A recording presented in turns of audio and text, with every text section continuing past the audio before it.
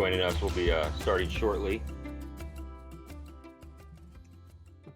We'll start right on time here.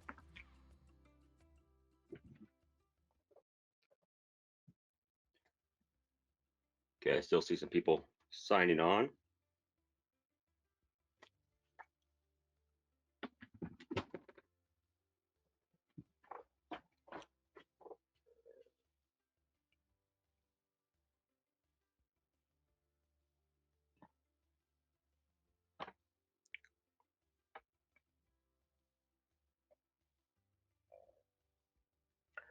Just so you guys know, right now it's 62% of you still can fish, 38 no. So that probably a lot of fellow Washingtonians here were actually banned from fishing, which is pretty crazy for now during all this break, if you will. Okay. All right, welcome everybody. My name is Tyler Brinks. We're going to do a webinar on preparing for early season bass fishing success. And, you know, early season means a lot of things to a lot of different people. You know, it depends on where you live. You know, this year's a little bit different just because, you know, there's a lot of people that haven't fished yet. You know, here in Washington State, like I was mentioning, we're not able to fish. It's currently banned. So my season hasn't even started, but, you know, I've actually already fished in Florida and I've already fished in Texas. So, you know, these are all tips that I use before the season starts, you know, everything from tackle to maps to electronics and all kinds of other things. I'll give you a quick rundown of who I am and then kind of how this is going to work. You know, this is my, I guess, 7th year working with Navionics as a marine specialist doing webinars. You know, that's one of my roles in my career, but I'm also an outdoor writer. You know, I write for Major League Fishing, Western Bass, FLW, Bass Resource, and tons of other places. And then I fish a lot. You know, I kind of built this career so I can fish all the time, and it's allowed me to fish all over the country, and I'm super happy doing that. And you know, I'm happy to share things that I've learned along the way through interviewing pro anglers and also my own career as a tournament angler. You know, I've done, you know, I don't fish as many tournaments as I used to, but you know, I've been on the Washington State team, I guess 3 times. I've been a BFL Angler of the Year twice, been a BFL All-American, you know, all these other things. But now my focus is really, you know, teaching and then working through my writing that can be found all over the place. And that's kind of what I do. So kind of housekeeping things, this will be recorded. It will be on the Navionics YouTube probably in the next day or so. They're pretty good about getting it up. You could ask questions at any time. I'll see them on there. And if it's something that is kind of fits with what we're you know, talking about, we'll just stop and I'll answer it then. We'll take a few breaks here and there. And really just any questions you have, I'll have my contact information at the end. You know, I still get questions on these webinars that I've done years ago because they go on YouTube and they live really forever. So I still get emails all the time with questions from, you know, webinars 2-3 years ago. So let's go ahead and just jump right into it and talk about the agenda. Okay, I see a question already, so we'll get to that. Okay, so we're going to go over a lot of different stuff, you know, tackle, rods, reels, and lines, all those things that I do, you know, all the map study tips that I do, you know, Google Earth, updating electronics, you know, kind of running through the Navionics products, because that's still the question that I get most often is which Navionics card should I buy? And I'll kind of simplify that for you. You know, we'll talk about different ways to maximize your electronics, you know, go over some screenshot interpretations from a few different articles that I did. You know, I took screenshots on my unit or gathered them from pros and then had them tell me exactly what they saw on those screenshots. So it's something that I'll share and kind of give you some insight of what the pros see on their graphs. We'll talk about the spring mini seasons, you know, different approaches and bait selection, things that I do, and then locations as well. So again, any questions you have, just feel free to just ask them at any time. We'll get to them. Okay, so we're gonna kind of just talk about tackle, and a lot of this is like really early season stuff. You know, I live in Washington State, so we have a cold winter. So I spend a lot of time during the winter doing all these things that I'm going to talk about. And you know, like I mentioned a couple times already, our season's closed, so it's just kind of extended a little bit. And these are just some tips that I've learned, you know, through the years that have made me more organized and better prepared for the season. You know, things like taking inventory and organization. You know, pretty self-explanatory. You know, I do a lot of pouring my own jigs and weights. and really you want to analyze the cost. If it's something that you are going to use a lot of, it does make sense. But if it's something that a certain type of jig that you don't use or something like that, it might not be worth it. Also, eBay is a great source for your supplies. Like I just had this on my desk here. This is 500 drop shot weight swivels that I need it for, and this is like $15 or something like that. So it's really cheap if you have all the equipment. I also take time to replace all the bad hooks, hard on my hard baits. Check for rust. Just simple stuff. But these are things that I do every year. And this year, I'm finding myself more organized than I can ever possibly be. I'm driving myself crazy just because we haven't been able to go fishing yet. Okay, so restock. This is what my tackle box, my tackle desk looks like most of the time, with just empty stuff. You can see I like the DT6 a lot. We're going to talk about that. Making your own. These are things that I make. I make a lot of blade baits, football heads, swim bait heads, and drop shot weights, because those are the things that you lose a lot of. I use the Do It Molds products. They're really easy to use. I do a few sessions a year during the winter and have tons of tackle. I'm usually have more than enough. So it's a great solution if you are just kind of interested in it. It's really easy to do. I do a lot of treble hook replacement. I use all different brands. I'm not partial to any one, but the biggest thing is just a lot of times just replacing the old ones. All the brands nowadays are really, really good. I could see BMC, Gamakatsu, Owner. They all make good hooks, but for me, it's just having a fresh hook is a huge thing that I feel like just gives you better success out there. I prep all my jigs. This is how I trim the weed guards. So I've been doing that a lot in the last few days. I've been organized in every single jig that I have. And I know a lot of you guys are actually fishing right now, and this may be kind of like a few months behind, but this is kind of what I'm doing to get started for my season. And it's something that we could always do really any time of year. It's just good prep things that I've learned over the years through different anglers or from my own experience. Okay. These are the steps that I do for my rods, reel, and line. I always check for damage on all my rods with a Q-tip. And I'll show you an example of a rod that I have that the braid had actually dug into the guide, and now it is just a total danger. And it's the rods have gotten a lot better over the years, and the guides, I should say.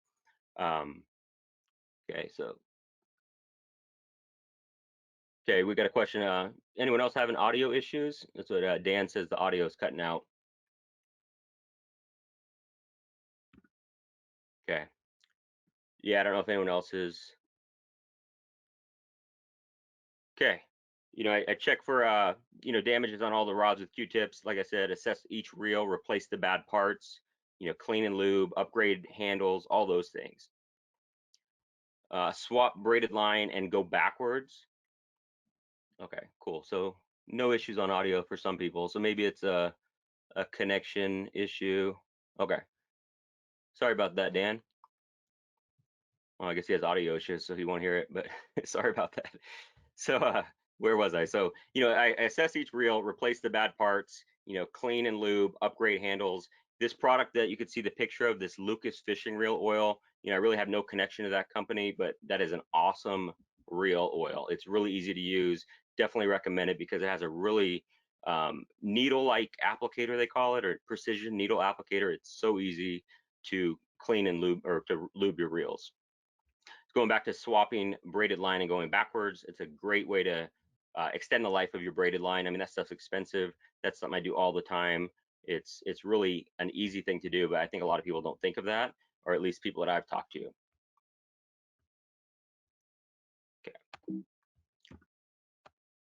Okay, so this is, like I said, this is an example of a rod that I have that is damaged, and you can kind of see where my pointer is there. Let's see if you can see that. This is a fuzzy piece from a Q-tip that shows that that guide is damaged. So that's something you really want to replace, because you do not want to lose a big fish. It's just asking for it. It's like having a razor blade, a mini razor blade on your braid and on your line. And of course, it's going to hurt you most when you have a big one. That's how all the things happen. Boat maintenance, again, annual service. I mean, some of this stuff's just basic stuff, but I really take note of this before I start my season because I do not want any unexpected issues. Don't want my boat in the shop when there's fishing to be had. Check everything, tighten bolts, just that peace of mind, and cleaning and detailing it. I mean, those are things that I do. And we'll go ahead and get into some of the more detailed stuff. Now we kind of went over some of the basics, and we'll talk about some of the map study tools that I use. With Navionics, even with the mobile app, with Google Earth and Bing Maps. I'll show you a few tricks that I've learned, and then you can see behind here. I mean, I still look at the old school maps. Partially just kind of like nostalgia, but you can definitely find stuff on there because there's chances that the maps, it's just things get lost in the translation. So that's definitely something to take a look at. Obviously the card, the Navionics card is the way to go because it has everything and it's so easy to look at all the lakes, the whole region, but I still have all those maps as well. And again, if you're just joining us, I see a lot of people just logging in. If you have any questions, just feel free to shoot them off. We'll get to them. We'll take a few breaks here and there, and then we'll answer all the questions at the end. Okay, the Navionics chart viewer. This used to be called the web app, and I cannot stress how great this is. It's free to use. Just go to navionics.com. It's right there on the top of at the top menu. And what this really is a tool to kind of try it before you buy it. If you want to see what the coverage is like on your local lake, just go here, click on it, see what is shown on whatever body of water is important to you. And I use it a lot for research, even though it's more of a tool to, again, just see what it covers, but I use it a lot for research. And all the screenshots, or most of the screenshots that I'm going to show you, are from that chart viewer. It's really easy to use from a laptop. You could do it from your phone as well.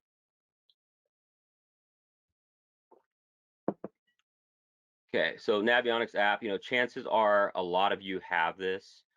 It's the most widely used boating app out there. It's so easy to use, and it gets the same great detail as your chart plotter. Available on Apple's, Android, Windows, all the different applications or all the different platforms. There's a free and a paid version. You can do tracks, routes, markers, and more. You can also do tides. You can do weather. There's just so many cool things you can do, and I'll show you some of my favorite aspects of that app here in the next few slides. You can also transfer waypoints as well.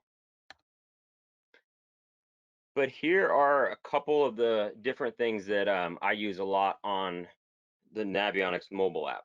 The one that's fairly recent is the ability to do the fishing ranges. And you can see down here on the bottom all these different colors.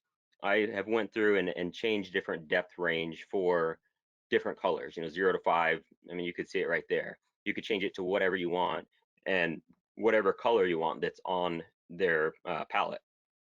So you can see those colors really pop out. And you may think, how would you use this? A good example is when, say you're catching a fish on, 10 to 12 foot, you can just change that to a certain color, look at it at a quick glance, and then run across the lake, the river, or anything and just target that depth zone. So it's really cool. It's really easy to do. It's under the advanced map options. The other one that's under the advanced map options is something that I use a lot as well, and it's the water level. You could see it right there. I just get a random number. I said the water's down 8 feet. So these pictures down at the bottom are exactly the same place, but you can see when you take 8 feet away from it, you have all this land down here, and you could change it to whatever you want. A good example of this, I fished a lake in Idaho. It's called Dworshak Reservoir, and the water was down 30 feet. So, which is crazy. It does that every year. It fluctuates, but you can quickly change that. So then when you're looking at the map, you can see, what areas are going to be easier to run, where you can actually get to, and it just made a huge time savings to be able to do that. So that's something I definitely recommend. It's a fairly new feature, and it's pretty cool.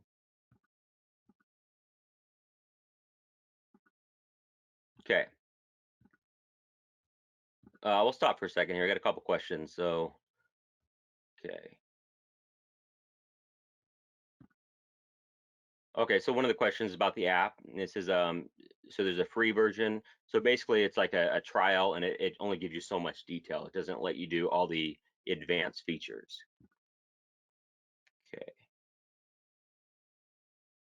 Oh, good question, Mark. So Mark says, is this ever going to be available on our graphs? So yes and no. It depends on the type of electronics, and we're going to talk about that in a minute, and some of the different things that you can do and limitations that you can do. And it, I'll just say yes and no. There's kind of a workaround for the depth ranges on your Lowrance, and it's through the depth highlighting or depth shading. It's basically just two colors. It's not as detailed as this. But as far as Navionics with Lowrance, you can't do it. Same with the Humminbird, but you can do it on Garmin, which we'll talk about. But good question. So a couple more things on the app, and then we'll jump into some of the more electronics related stuff. Okay, so one cool feature I like is the wind feature. And obviously, if you're outside, you can tell it's windy, but I like to see kind of the forecasted direction of wind, and that makes a huge, it's a huge part of my plan early in the year, especially, especially with, north winds coming through and south winds. I mean, it can make a huge, just, it can really change your day. So being able to see that on your app is really cool. It has kind of a forecasted timeline. It shows these arrows of which direction. You can click on one and see the miles per hour. So it definitely helps me figure out, maybe the different areas of the lake that I'm going to fish, or what's going to happen to the areas that I am fishing. The other cool thing about the Navionics app, and this is actually on the chart plotters as well, on the card, is these fishing hotspots. You can see right here, there's a fish icon. Kind of a cool story about that. One time I was at Banks Lake in Washington. I saw one of these little icons. I went over and clicked on it. It says hump. So I said, okay, I'm going to go over there and try it. And I caught fish. I caught only a couple bass, caught some walleye. It was just a lot of activity there just because I saw one of these little icons. Sometimes they just say random stuff like Jeff, or lost a monster, or all these crazy stuff, because they're user generated, these icons here. But it's definitely cool to check it out. There's some helpful, some are not, but there's points of interest. There's a lot of things that you can find from these. So it actually has helped me catch a fish one time, I'll say that. Okay, so we got some more questions. Since they're related to the app, we'll talk about this.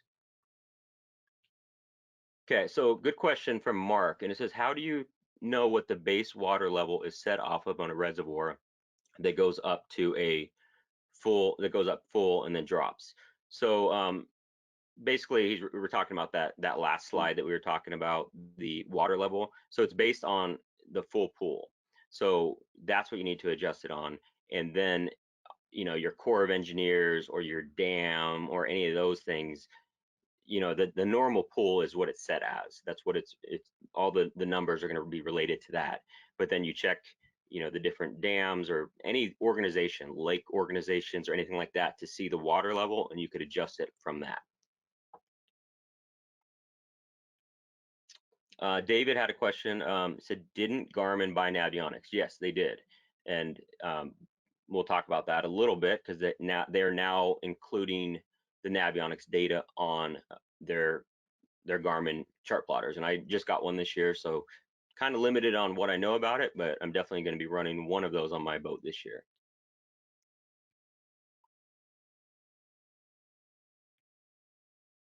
Okay, we got a few more questions, but we'll go ahead and go back to it.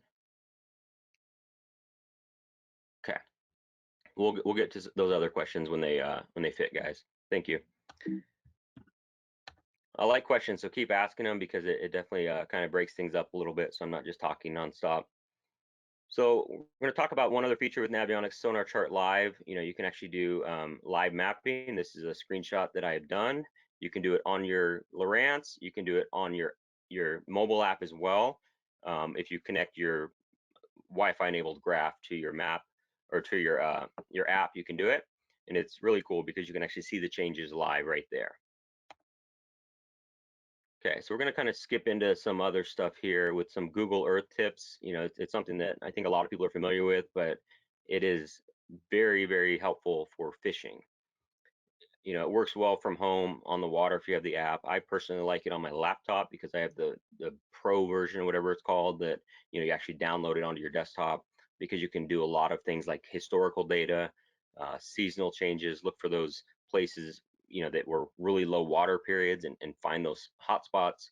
You can actually use this pin feature to save those waypoints, and then you can export them to your graph. It's a little tricky, but I figured out how to do it just by Googling it. Just how do you transfer, Google Earth to Lowrance or whatever it is, and it tells you step by step how to do it.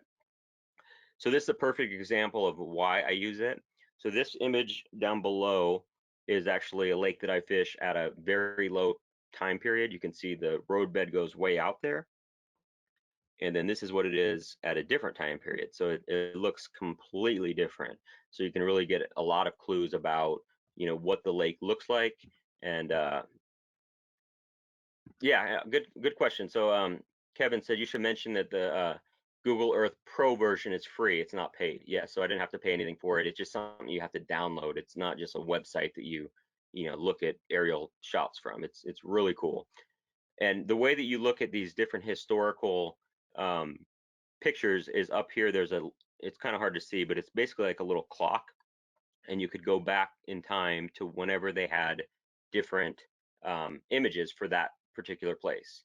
So it's kind of hit or miss, honestly. Like some of the pictures are, it was really cloudy, or it was like the water was really windy, or if the pictures are really old, they're not very good. But like this particular one had, about 10 different pictures to look at, and luckily this really low water period was on there, but it's definitely very helpful to do, to look at, to find backwaters or anything that you really are looking for, places that, if you want to know where the grass usually grows, and you've never been to the lake before, just look at those pictures from the summer and you could get a pretty good idea. It's obviously it's not going to be the same every year, but you can kind of know historically those places that have lily pads and have grass beds and things like that, just to kind of give you a clue to prepare for your trip. That's the kind of how I use it. Yeah, and then Kevin said that Google Earth Pro used to be paid, but now it's free. So there you go. And again, if you want to export them, just what I always tell people, Google it. It's tons of different steps. There's videos on how to do it. People have figured it out and are putting it online how to do it. Bing Maps, it's something else I use, not very often, honestly, but it's basically the same principle. And the reason that I do it is just because there's usually different images. Some may be cleaner or clearer, and it's kind of always good to check both, especially if you're really interested in a certain area. It's cool to see both because you can see different pictures. It's funny, on both these images you can see a lot of times you'll see, like, here's a boat driving up the river. If you really look, you'll find like bass boats even sometimes. It's pretty cool just to see areas that other people are fishing and things like that.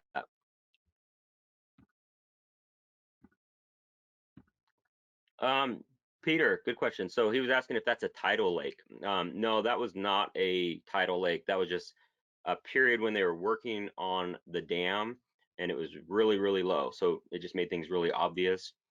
But at least for me, about half the lakes that I fish, fluctuate. A lot of them are just natural lakes and pretty similar water levels, but you could still get a lot of clues from Google Earth and Bing.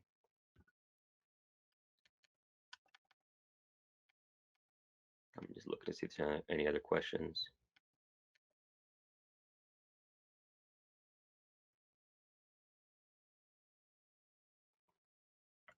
Okay. So same thing, you can export it. It's kind of time consuming, but you can definitely do it. Okay, now we'll talk about software updates, kind of moving on to the actual chart plotters. It's always good to have the latest updates, just like anything else, phones, computers, anything else, you get that latest capabilities, all the available features, keeps the units running smoothly. And it's really pretty easy to do with no matter what brand you have. Lowrance, you just download them, put them on a card, put it in your chart plotter, and then it does it. It basically guides you through the whole thing. So kind of moving on to the Navionics updates, this is something else that I get a lot of questions on. We'll get to that here in a second. Oh, actually, it'd probably be a good time. So Joe wants to know what model Lowrance can you import Google Earth? I have an HDS 9. It should be, yeah, I have HDS as well, so you should be fine with it. I don't have one of the new lives yet, but I've done it on all the other ones. So yeah, it should be pretty simple. If you just Google that, your particular unit, and how to Google or import the waypoints, you can do it. Okay, going back to the Navionics updates, like I was saying, this is a question that I get all the time. You know, why should I update? You know, the lakes aren't going to change, the maps haven't changed. The biggest thing is just to have additional detail. You know, it's not like they're gonna, you know, the lakes are going to change that much all the time, but it's really just to add more detail to it. You know, there's updates happening daily. You know, personally, when I'm on the water, I'm always recording sonar logs to update them, to make the maps better at the lakes around me. And it's really the most detailed you'll find. And it's really easy to do. Once you have the program on your computer, put in your card, it pops right up. It's really easy. It just guides you through it. Takes 10-15 minutes depending on how long ago you updated it, and then also how slow your internet is or how fast it is. That can affect it as well. Yeah.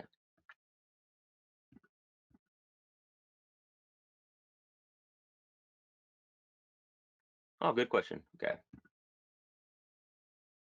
Okay, Luke, good point. You can update your Lowrance through Wi-Fi, the live units. Yes, definitely. So Rick has a card. Okay, so yeah, so when you buy a new card, you get a year of free updates. So after that, it's his question is related to, is it still going to work? Yes, it will still work. You just can't make it any better, basically. You know, so it's up to you if you want to do the subscription. You know, if it's important to you, if you want to have that latest detail, it's definitely a good way to make sure you always have the latest data. But no, to answer your question, it's still going to work. It's not going to just go blank after a year. Okay. So like I was saying at the beginning, you know, this is what I get asked more than anything else, and it's related to which card should I get? You know, there's a lot of different options. It can be kind of confusing.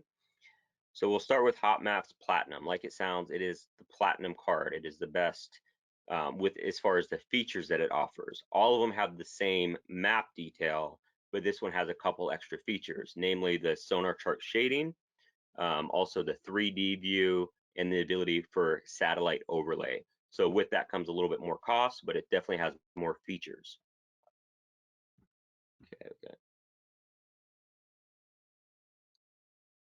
Okay, the Navionics Plus. It's generally called the Navionics Plus US and Canada. That's what it's actually called. Basically what this is a blank card, and then you download the region that's important to you. Now, if you're in a certain region and you're only going to fish there, you know, maybe the HotMaps Platinum or the Navionics Plus regions is best for you. But the Navionics Plus is US and Canada, and like I said, you could basically download whatever is important to you. A good example of that is here in Washington State. People fish in Canada, or they go, you know, they snowbird, they go down to, you know, I guess California is still on it, but the Canada version is a good example because they can download a little bit of Washington and creep into Canada and be covered on one card. So that's what that card is for. Or if you live in an area that's right along the line where it goes from a east card to a south card, you know, maybe that's a better option for you. Navionics Plus regions, again, it's the same level of detail. It's less expensive, and you just pick a region and go with it. That's usually what I recommend to people if they just want the best, cheapest, fastest option. Then there's also the Garmin cards, and like we mentioned a little bit, Garmin did buy Navionics, so they're going to actually integrate the data together. They have done that, and a lot of the Garmin units actually have that built in. So it's pretty cool. I'll show you a screenshot of that here in a minute. The mobile app, we talked about that. Chart viewer, Sonar Chart Live, we've talked about all that stuff. Okay. Cool. A few more electronics related stuff, and then or things, and we're going to jump into some fishing related things as well here in a minute. So feel free to keep those questions going. I think I got most of them. Okay. Okay, so like I said, the HotMaps Platinum has a few different features over on the left. This is the sonar chart shading. It's just a cool view to see those drastic changes, based on different colors. It's helpful to find those creek channels, to find those flats, like over here. You can see the deeper portions of the lake here, or actually this is the title, but you can definitely see those at a glance and you could really make them out easier. Over here on the right is an example of the satellite overlay. It's a good example of when I would use that is if you see a drastic change in colors, that usually signals a change in the topography. Maybe it goes from rock to sand, or any of those things. Those are good clues for places to fish. As we know, bass and really all game fish, they like those changes. Things where it changes from one to another, and that's just a good clue to look for, and you could see it visually if you have that satellite overlay on there. Okay, so we actually had two questions on this on the custom shading on the mobile app. We'll go back to that because I saw two of them come through. There's another one very similar to that, and it's basically under the advanced map options, and then it's called the fishing ranges. We'll just go back there real quick. Go back. Why not? Because there's a couple other features in there as well. So it's under the advanced options. This is the fishing ranges. You just enable it. You have to set these manually. Again, whatever you want to name them, whatever color you want. And then this is also where you do that water level correction, and then the sonar chart live as well. So that's where it is.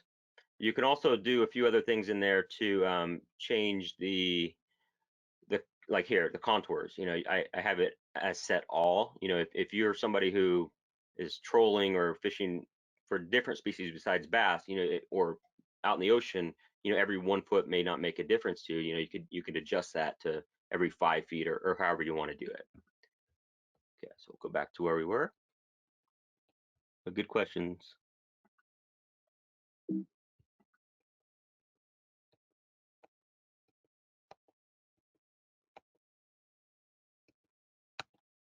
Okay.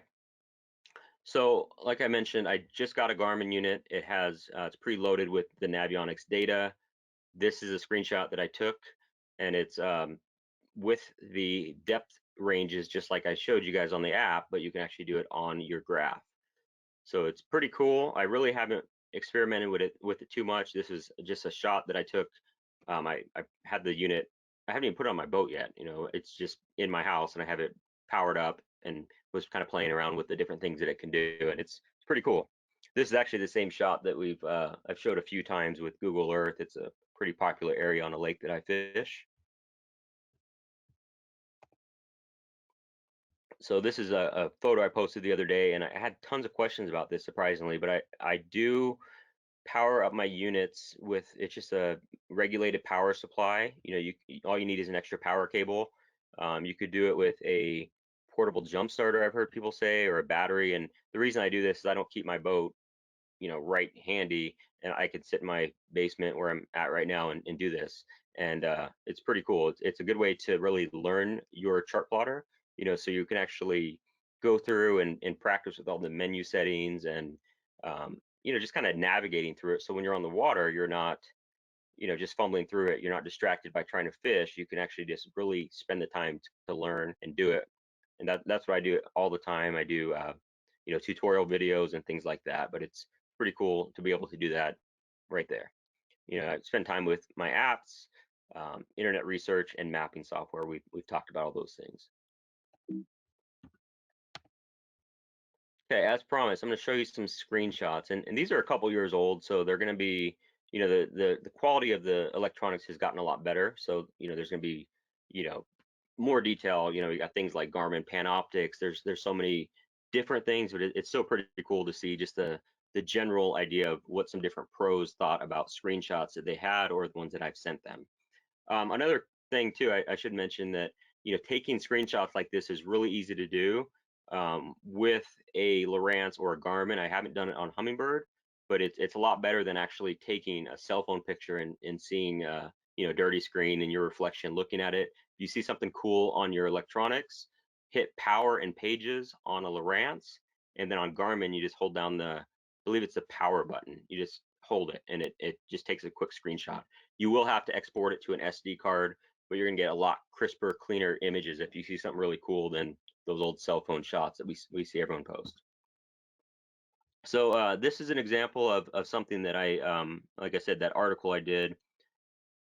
So this is from Brandon Card, and what he saw out of here was streaking bass, a school of bass feeding on bait fish above a brush pile. So this is the brush pile. This is streaking fish, and that's bait fish. So that's what he saw, and I've seen this before, and it's cool to see that. That means you're in a really good area. This is another one.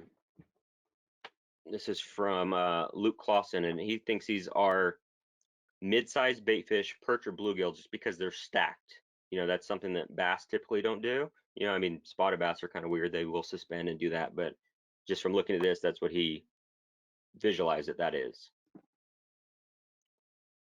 This is another one that's a pretty cool example from side scan, because you can see the transition. It's really light colored, so it's harder return. And then this change here could be decaying vegetation or anything else. It's just cool to find those transition areas on your side scan.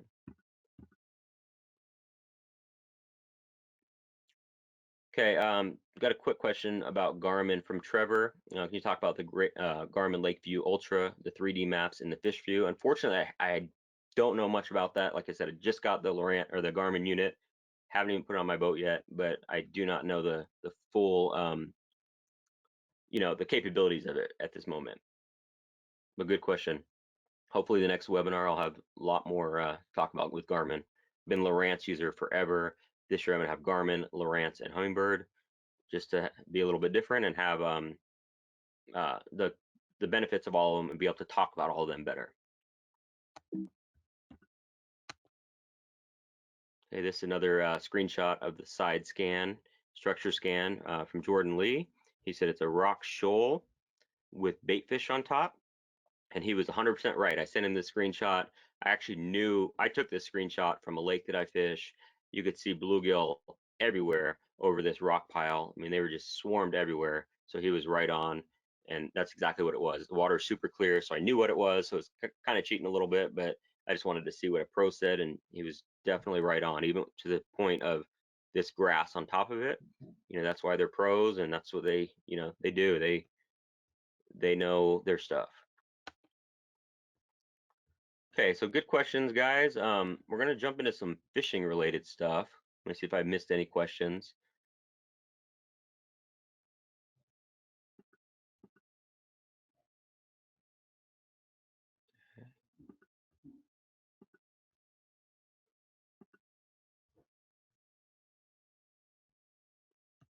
Okay, again, keep asking questions. We'll have a period at the end where we can answer any questions that you thought of. Again, I'll have my contact information at the end of this, so feel free to shoot me an email. You probably got that when you registered, but we'll go over all that stuff. Any questions you have, I'll answer as best I can. Okay, so talking about pre-spawn, and it's kind of funny because here we are in April, and here in Washington State, the fish are getting ready to spawn. It's pre-spawn, but I have actually already fished the pre-spawn in Florida in February. I mean, they were spawning there too, and then also in March in Texas. But it's regional. It's something that's going to vary to all of you on here. It's going to be a lot different. In pre-spawn, I mean, once they spawn, I guess it's pre-spawn for the next year. I mean, it's kind of always pre-spawn really, but the actual pre-spawn is that month and a half, 2 months before they spawn, which is 60 to 65 degrees, and it's typically your best chance to catch the biggest fish of the year. And again, it varies on the region. Smallmouth typically spawn sooner and deeper, largemouth later and shallower, and spotted bass are more similar to smallmouth. I really don't have a lot of experience with spotted bass during the spawn because we don't have them here in Washington. But for me, the keys that I always look for are flats, bays, and then sand and small rock for smallmouth. During the pre-spawn, you just want to be close to where they're going to spawn, so just close by. And I kind of like to break it down into the mini seasons, the 45 to 50 degrees, the 50 to 55, the 55 to 60, all those are completely different. And again, if you're down south or in Florida, you're rarely going to see this first mini season. Yours are going to be kind of ratcheted up a little bit. And then there's that period right before they spawn. Okay, that 45 to 50 degrees, it's that last part of winter.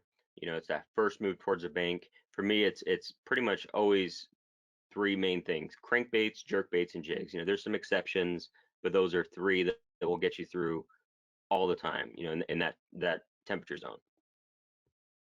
That 50 to 55 degrees, it's when they're more active, they're getting ready to eat. And I think it's some of the best fishing of the year, both early in the year when it's 50 to 55, and then late in the fall when it's 50 to 55. I mean, if I had to pick one perpetual temperature, I mean, that would be it. I love fishing that temperature range. Again, still for some of you, that seems like really cold, but that's kind of what I look for.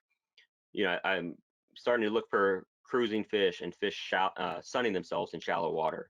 They, especially if in a northern climate, they've been basically hibernating, and they want to get up shallow, and that's a good time to see them to get those clues of when this is happening.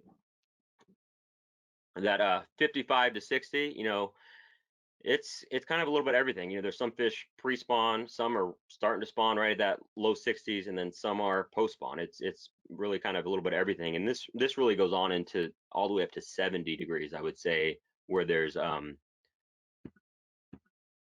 where there's this happening. I typically fish pretty shallow, but don't count out top waters as well. And yeah, Dan, this is surface temp. That's the best gauge for it. Obviously the temperature variation is going to be a lot different, down deeper, but that's really the general rule is that surface temp, what your electronics are showing. Obviously it's going to change depending on the depth and wind and a bunch of other stuff. But like I was saying, don't count out top water. Buzz baits, frogs, they're awesome this time of year. A lot of people just wait till the summer, but don't wait. It's a good way to catch big ones too.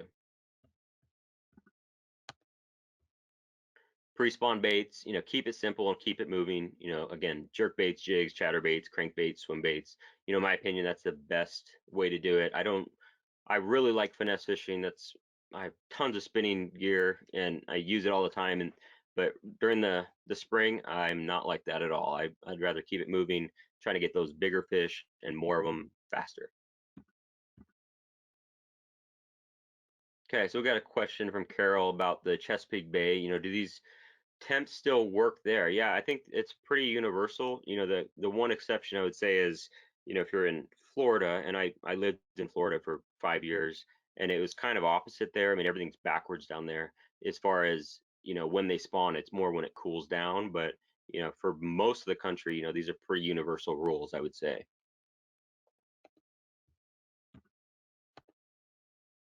Jerk baits, depending on the water temperature, the longer pauses could be the better.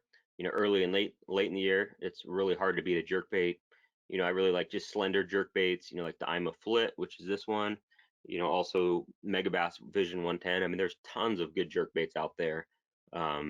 It's a lot of them are very similar. I'll just say that. Lighter line for more action and depth. And when I say lighter line, for me, that's like 10 pound, 10 pound fluorocarbon. That's like super light for me for a bait cast setup. That's about as light as I'll go. I'll go 12 pound a lot of times too.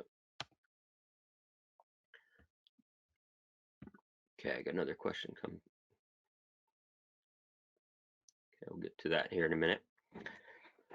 This is also a time when I upsize my jerk baits at times. I want that bigger meal for a bigger fish. This bait that I have in my hand here in this picture is a 130 size, I believe. So it's a lot bigger than obviously a 110 or a 120, but it's also a lot bulkier. You get a lot different action too, more aggressive, more flash because it's a wider or a taller jerk bait. And I'll upsize my gear as well. I'll be using more like a 15 pound fluorocarbon. A good example of this is this bait right here, the Depths Ballast Long Minnow, and then a Lucky Craft Pointer 128. Those are some other good ones.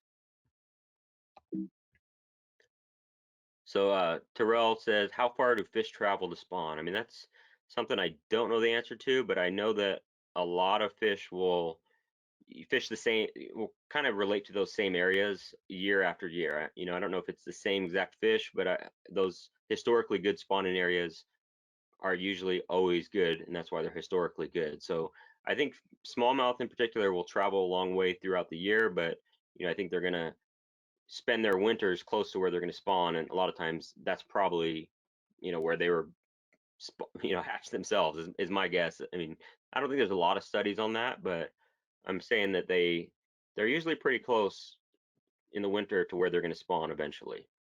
Hopefully that made some sort of sense. Okay.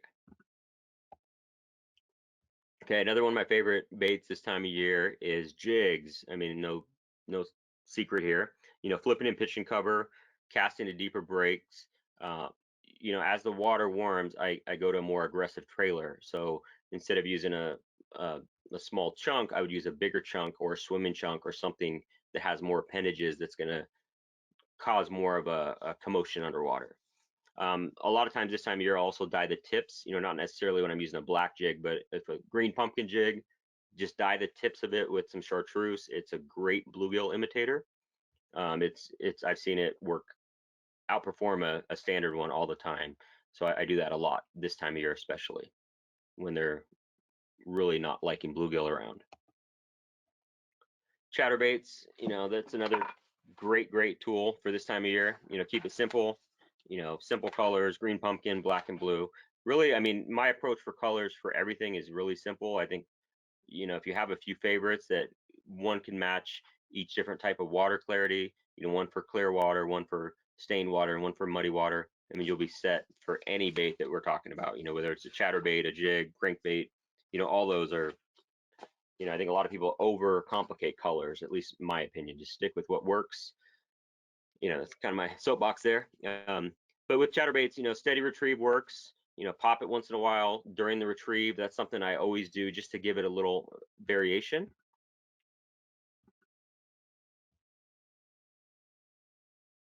Okay, I got a couple good questions I'll get to in just a second. But yeah, pop it once in a while to get that variation in the retrieve, so it's not just coming in a straight line. You know, just to kind of cause that reaction. The Z-Man Jackhammer and the Tackle Warehouse Custom are my two favorites by far. I just think they swim the best. So good question, Luke. Why throw jerk baits on bait casters instead of spinning? I mean, that's really just personal preference. And for me, it's easier to work them with a bait caster. It's also something that I've just always done. You know, and a lot of people like to throw them on spinning, and it makes sense. You know, you can cast them better. You can, you know, get away with, you know, lighter line and all these other things. There are benefits to that. So I would never say I would never do it, but it's just kind of how I've always done it with a bait caster. There's nothing wrong with spinning, tackle, and jerk baits. Okay, the other question from Captain John is kind of more related to what rod weights and stiffness to use. And it's kind of a open-ended question because every bait's going to be different, and you know, it also comes down to personal preference. Like for a chatterbait, I actually like more of a cranking rod. You know, I use a fiberglass composite cranking rod just because I think it has the best action and it loads up when a fish grabs it. I've fished them a lot on stiffer rods, you know, jig rods, things like that, and you have a tendency to miss a lot of fish because you just pull away too quickly from them. So really every technique is going to kind of vary on the lure type, the lure size. There's just so many variables in that. If you have any specific questions though about any particular baits or styles of baits, let me know and I'll give you my suggestions. But yeah, it just kind of comes down to feel is the best way I can describe it.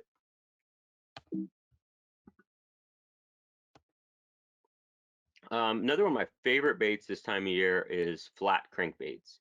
You know, typically when the water's 50 plus, flat cranks, these are all Rapala DT series. You can see I like a lot of red baits, you know, and I have some chartreuse for if the water's a little stained, white if there's a lake that has a lot of shad, and that's a great clear water lake as well.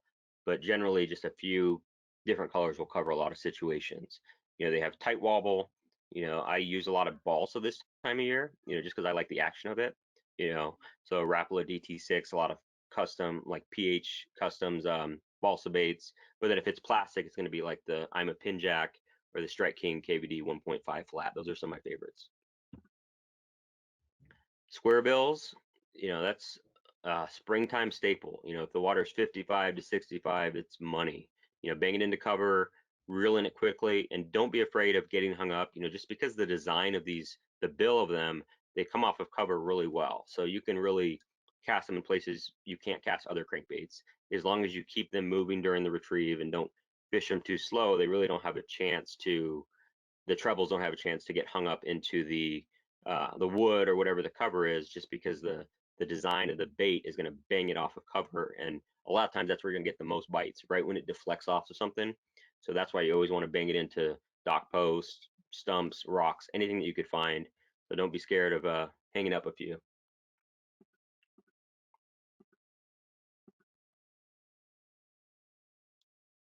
Okay, cool. Got some more good questions. So yeah, I think we'll stop right there and answer these questions. So David wants to know about soft plastic creature baits and what's the best in the pre-spawn. He says Senko, lizards, Ned rigs, creature bugs. It kind of depends for me on the cover. I pitch a lot of beaver style baits, like the Reaction Innovations beaver. When they're about to spawn, I really like a baby brush hog from Zoom. That's a really good one. Senko is always good. It's not necessarily a creature bait, but Senko is always a good choice, really any time of year.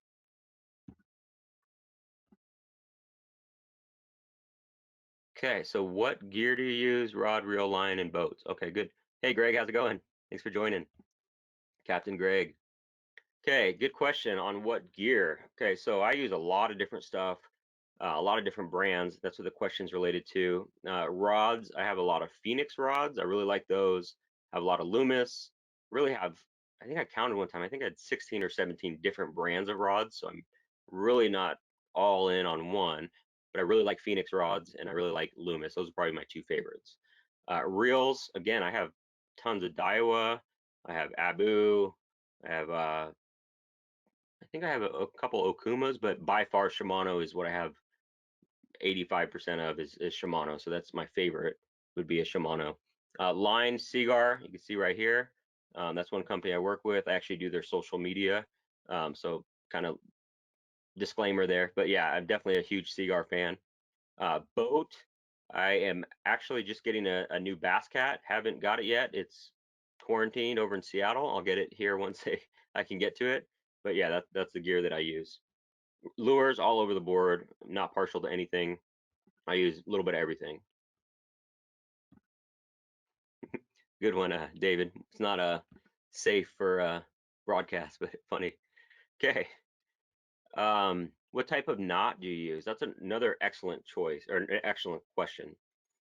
Palomar. It's for me. It's the easiest, simplest, never fail. That's what I use for everything, honestly. I've used like the San Diego Jam, improved clinch. Those are all good knots, but really, if you had to pick one, Palomar's got to be. Combining braid to fluorocarbon, that's going to be easy one for me too. The modified Albright. I've used double uni. I don't want to spend the time of the FG. Definitely the modified Albright is for me the fastest and strongest and easiest to tie. Okay, I've got a couple other good questions. We'll go through a couple more slides and we'll get to those. But yeah, keep them coming, guys. Like the questions, it breaks it up a little bit.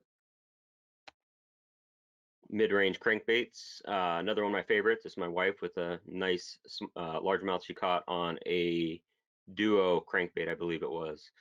So those 6 to 10 or 6 to 12 feet, and you could cover water, slightly off the bank. Those fish just getting ready to spawn or just finishing spawning. Those pre-spawn fatties like this one. Rapala DT10, I'm a beast hunter. Those are some good ones. It's also a time of year when I throw a lot of swim baits. You could see this is a Huddleston 68 special, so it's 6-inch, but it has the tail of an 8-inch. It's a big meal for big fish. You could fish it slowly on the bottom, and don't be afraid to throw it everywhere. I mean, fish are really hungry this time of year, so this is the time to catch one of those giants on a swim bait. If you're gonna experiment with it, this is the time to do it. And even smaller fish will eat it. They'll, and smaller is relative to a bait like this, but 3-pounder or so could still get that bait, which still a good fish, but it's you're not always going after those 10-pounders and things like that. I mean, those baits will definitely catch them, but those more average sized fish will eat them. Then I fish a lot of what I call just regular swim baits. You know, stuff that you can fish the same way as a big swim bait, but you can actually use just regular casting gear. You know, a jig rod or a heavy cranking rod. This is the Optimum Boom Boom, Baby Boom Boom. Got some really big smallmouth on this, and some really average smallmouth on it too. This is a 6-inch bait. I use a lot of Kitex. You know, those are an awesome swim bait any time of year. But I typically fish them more with like the weedless rigs during the spring because I'm casting around a lot more cover. In the fall, I fish them open on jig heads, and really the summer too, and fish them a lot differently. Just low and slow is basically how I fish all these. Cool, good question. Okay, we're gonna just go. I got a couple screenshots, and we'll get to some questions. I got a few more minutes here, so keep those questions coming. We'll get to them all in a minute. Okay, so these are some of my favorite places and what I'm looking for early in the year. And all these places are places that I actually catch fish. And now looking at the map, you can see why. You know, this is a creek. You know, this is a flat. This is places that bass are going to spawn. So this tighter contours right here are going to be a little bit deeper depth. This is going to be a great staging area right where this is pointing. So because they want to get here, so they're going to be out here. You know, this is 30 feet of water. They're going to slowly move up. You know, this is in northern Idaho, so I know it's pretty cold. So it's just a perfect example of what I'm looking for because it has everything that I'm looking for in one picture. You know, deep water, a flat, and then contours in between. You know, it's just perfect. It's a good spot, and then the creek that they can go into. That's another good example of a known place where you know there's deeper water out here. There's a natural progression, and then flats where they're going to go to spawn. There's also a river coming out, so there's current as well. You got that added benefit. So there's a lot of stuff going on in this one. It's a lot of good stuff. Okay, that one's not loading, so. Okay. Another good example, deep water, and then a flat here, and then over here, it's kind of cut off, but there's kind of a backwater area that they can spawn in. So it's just a little bit of everything. Deep water, there's also a hump out here, but this is really what my eye is going towards this time of year is these flats. And you could tell by the contours that this is a very flat area through here. Not much depth change, but that's a perfect place for them to spawn. Let's see what this one is. Yep, same thing here. You could see a big giant flat, super shallow, some docks over here. And this kind of stands out to me because you could see these contours. The deep water goes much further in over here. And coincidentally, this spot is always good in the spring just because it's deep water closest to the shallow water. So you could see those tight contours right there. It's just an awesome area right through here. So those are kind of things that I look for, you know, those high percentage areas. And yeah, I'm sorry, I'm reading these questions here. Okay. Yeah, thanks, Neil. Okay, so we'll get into the questions. I know some of you guys are ready to get off of here. Still quite a few people on here. That's good. So just so you know, these are some ways to find me. tbrinks@navionics.com. You can find me at Facebook, Twitter, Instagram, and then my website, which I haven't uploaded on in a long time. Haven't posted on in a long time. Okay. Eric says, how long of a leader do you use for he's talking about braid, and for spinning, a lot of people are different. It just comes down to personal preference. For spinning, I use braid almost exclusively, and I want the knot just out of the reel, if that makes sense. So you don't want the knot going into your reel. So probably a 7-foot leader or so, I would say. You want to be able to reel up and cast and not have that knot go in there. Some people use a much longer leader, but that's for me. I really don't do much. If it's on bait casting, braid, it's going to be direct to lures almost all the time. Very, very few exceptions. Okay. Mike has a pretty good general question. During pre-spawn, do you tend to cover more water or work areas to depletion? The simplest answer is to cover water till you find them. You know, typically if you find fish in one area, there's going to be more of them. You know, so really just burn the bait, cover as much water as you can until you find them, and then, like your question says, work that area to depletion. If you're still catching them, you know, there's no reason to go. and there's a reason those fish are there. So once you find them, slow down and cover that water. Okay, another good question about spawning activity and if the moon affects them. It kind of depends on the who you ask. A lot of people believe that and they're religious about that. I'm not a huge believer in that. I think that it's more to do with water temperature and weather, but it definitely doesn't hurt. Is kind of how I look at it. It's not gonna change if I'm gonna go fishing or not. Basically, is what I'm saying. Okay, but what about this question is about umbrella rigs, A rigs. Honestly, I don't fish them very much just because of our rules here in Washington. You can only have I believe it's 2 hooks now, but so it's kind of pointless for me. But it is a very good tool early in the year, and I know people catch them on it all over the country. People win tournaments on the Alabama rig, so definitely a good way to catch fish. Oh yeah, let's go back here.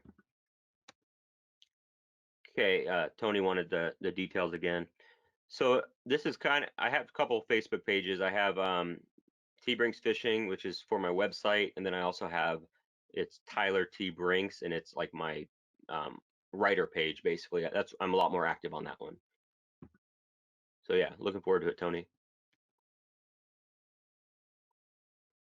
Tim, good question. Does this information apply to Canadian Shield lakes? Yes, I would say definitely. Obviously your climate's a little bit different because it's colder, but it's just going to be pushed back a little bit. Whereas, I'm talking about stuff that happens in May and maybe June for you. So definitely applies. It's just a little bit different. I think it's pretty similar to the climate that I have here in Washington State because we have largemouth and smallmouth, and I'm sure a lot of similarities too. Cool. Let's see if there's any other questions.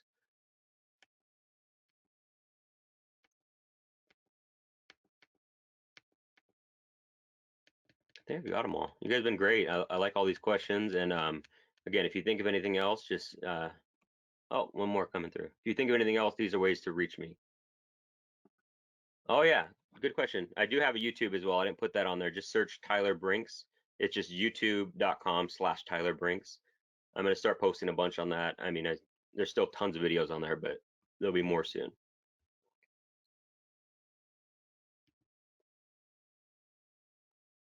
Oh, cool. And Zachary, this is being recorded. It will be on the Navionics YouTube soon, probably the next day or so. They're really, really good about getting it up quick.